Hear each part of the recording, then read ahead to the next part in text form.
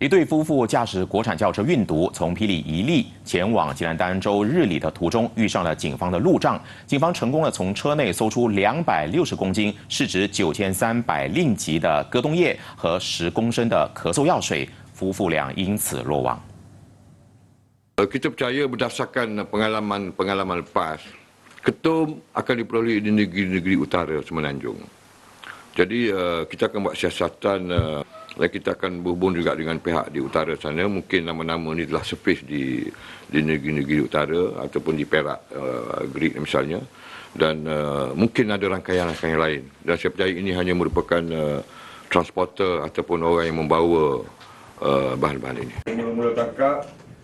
拿督穆阿莫查基在吉兰丹州警察总部召开的新闻发布会上指出，根据调查，47岁的男嫌犯和45岁的女嫌犯都是无业者，因此警方相信两人是通过走私戈东叶和咳嗽药水到北部各州赚取收入。